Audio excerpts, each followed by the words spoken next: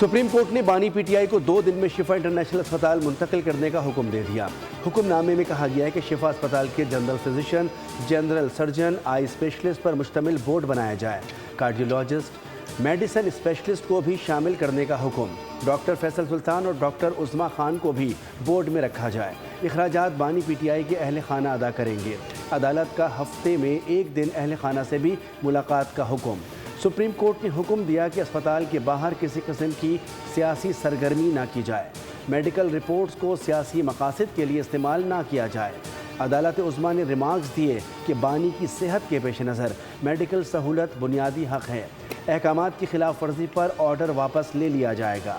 Case کی مزید سماعت 16 ستمبر تک ملتوی کر دی گئی۔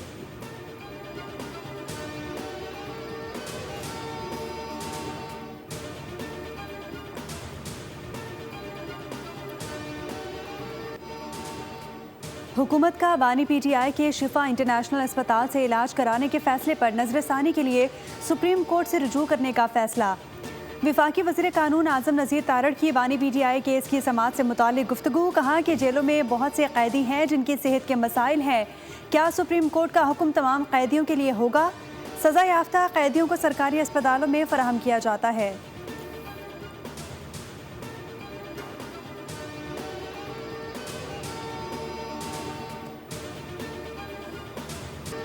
عدالتی حکم پر عمل درآمد ہوگا تو آگے بات بنے گی۔ بانی پی ٹی آئی کی صحت پر کبھی سیاست نہیں کریں گے۔ Chairman P T I barrister Gohar Ali parliament house میں میڈیا سے گفتگو۔ کہا کہ صحت سے متعلق رپورٹس کو ذاتی معاملات کے لیے استعمال نہیں کریں گے۔ بیرسٹر گوہر علی نے کہا کہ بانی پی ٹی آئی کی صحت کا مسئلہ سب سے اہم ہے۔ وقت نے ثابت کر دیا، سیاسی ہتھ کنڈوں سے کسی کو مائنس نہیں کیا جا سکتا۔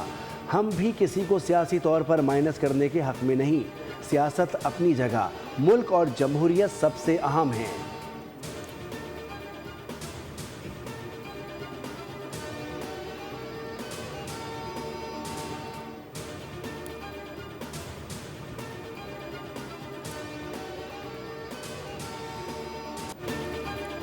سپریم کورٹ کا فیصلہ آزادانہ اور میرٹ پر مبنی ہے۔ تحریک انصاف آج عدالت کی تعریف کر رہی ہے۔ رہنما نون لیگ رانا ثنا کی میڈیا سے گفتگو۔ بولے تحریک انصاف نے بڑی دیر کی، سیدھا راستہ یہی تھا۔ اگر قانونی راستہ اختیار کر لیتے تو یہ ریلیف پہلے ہی مل جاتا۔ پی ٹی آئی جب فیصلہ پسند کا نہ ہو تب بھی عدالتوں کا احترام کریں۔ پارلیمانی امور کے وزیر ڈاکٹر طارق فضل چودھری سینٹ میں بولے کہ پی ٹی آئی کا اعتراف خوشائند ہے کہ ملک کی عدالتیں میرٹ پر اور انصاف فراہم کر رہی ہیں۔ پی ٹی آئی کے مقدمات اور رہائی کے معاملے کا فیصلہ عدالتوں نے ہی کرنا ہے۔ وزیر اعظم یا حکومت کے پاس عدالتوں کے فیصلے تبدیل کرنے کا کوئی اختیار نہیں۔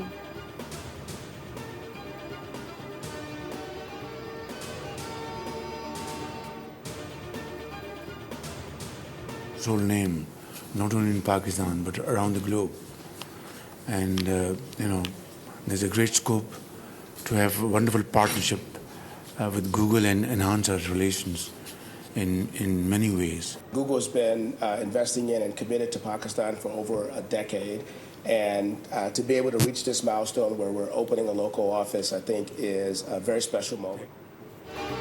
وزیر اعظم شہباز شریف نے گوگل کے پاکستان آفس کا افتتاح کر دیا۔ نائب صدر گوگل، امریکی ناظم الامور وزیر آئی ٹی شزا فاطمہ خواجہ بھی موجود تھی۔ وزیر اعظم کا گوگل کے نائب صدر ولسن اور ان کی ٹیم کا پاکستان آمد پر خیر مقدم۔ کہا کہ گوگل کے لیے پاکستان میں بے پناہ مواقع موجود ہیں۔ گوگل پاکستان میں نوجوانوں اور ٹیکنالوجی کے شعبے کے لیے اہم کردار ادا کر سکتا ہے۔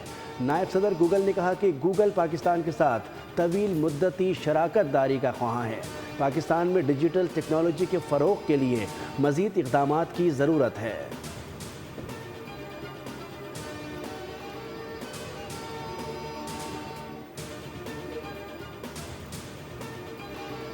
پیٹرولیم لیوی اور مہنگائی کے خلاف احتجاج۔ جماعت اسلامی کے لاہور، کراچی اور پشاور میں دھرنوں کا تیسرا روز۔